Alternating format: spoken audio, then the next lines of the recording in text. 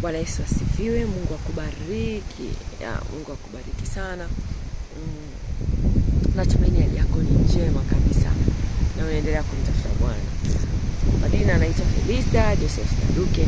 Nakaribisha tena kwa saa dakika hizi kwenye hiki kipindi ambapo tutaenda kujifunza kwa habari ya imani yako umeelekeza mahali gani. Tunapoongelea kwamba imani yako umeelekeza mahali gani, tunamaanisha kwamba ile imani yako ya namna ambavyo unaweza kumwabudu Mungu, namna ambavyo unaweza kumtafuta Mungu, namna ambavyo hata tu katika msaada ukiwa unahitaji vitu, umeelekeza imani yako katika misingi gani. Ukiangalia, tutaangalia kile kitabu cha Yeremia 17 mstari wa 5.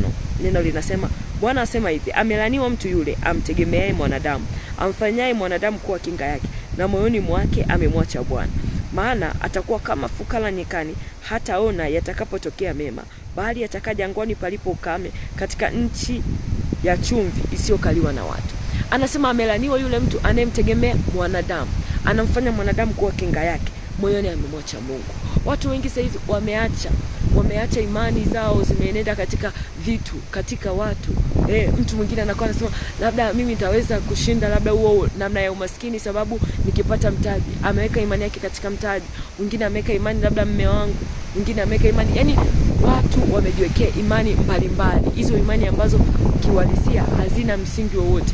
Umeona? Kwa mtu anaweka imani kwenye vitu, anaweka imani kwenye vitu ambavyo haviongei, havisemi. Mtu anaweka imani kwenye magari, mtu anaamini kwamba nikikiwa na gari 1 2 3 nitapiga hela, nitafanya hivi na hivi.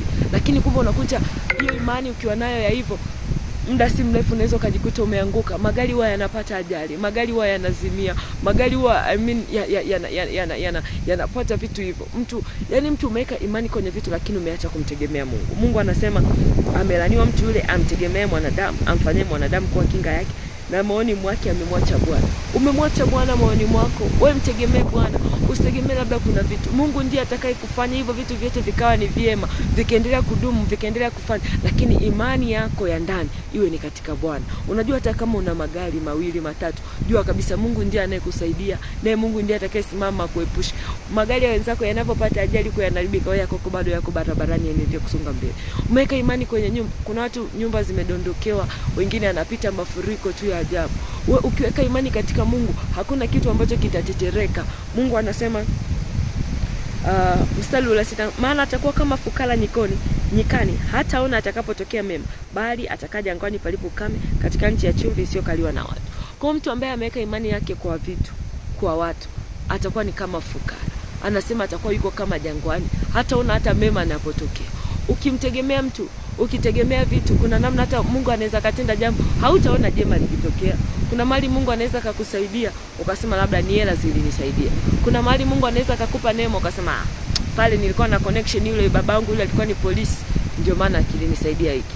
Kwa kumbe unakuta si namna hiyo. Yani utaona mema kitokea. Yani kila kitu utakuwa una praise vile vitu ulivyo navyo, unavisifu vile vitu ulivyo navyo, unaviabudu vile vitu ulivyo navyo, unaabudu hela, unaabudu vile vyote ulivyo navyo. Utaona hichi ndio kimenisaidia, lakini kumbe ni Mungu tu ndiye aliyekusaidia. Na mstari wa 7 anasema amebarikiwa mtu yule anayemtegemea mwanadamu, ambaye Bwana ni tumaini lake. Maana Bwana atakuwa kama mtu uliopanda kando ya maji, uenezao mizizi yake karibu na mto. Hautaona uharibifu wakati wa hali ujapo, bali jani lake litakuwa bichi, wala hatahangaika mwaka wa uchache wa mvua, wala hata acha kuzaa matunda. Lakini yule mtu anayemtegemea Mungu, haijalishi utapita kwenye hali gani, utakuwa na amani ndugu yangu.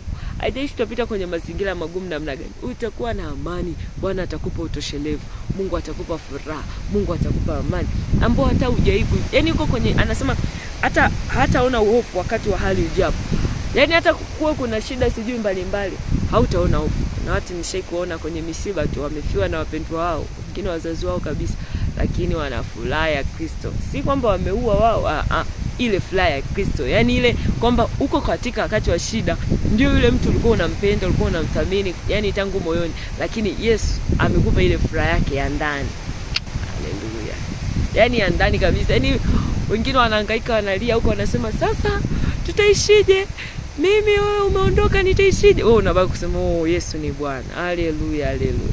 Kwa namna kama hizo Mungu anakupa hata ile namna ya utoshelevu kwenye wakati wa hari, wakati wa shida, wakati wa matatizo, wakati wa vita, wakati wa mambo mbalimbali. Na Mungu akubariki sana. Anasema tena utazaa matunda. Anasema utakopo ni kama mti uliopandwa kando ya mto. Mto tunajua haujawahi kuacha kuzaa matunda. Kila wakati unazaa matunda. Ndivyo Bwana anasema utakuwa. Na Bwana akubariki, jina lake lihimidiwe. Yesu akutie nguvu kwenye kila hali unayopitia. Wewe mshirikishe tu Mungu, usitegemee wanadamu. Natamani ndoa yako ikae sawa, usianze kwenda kwa wanadamu.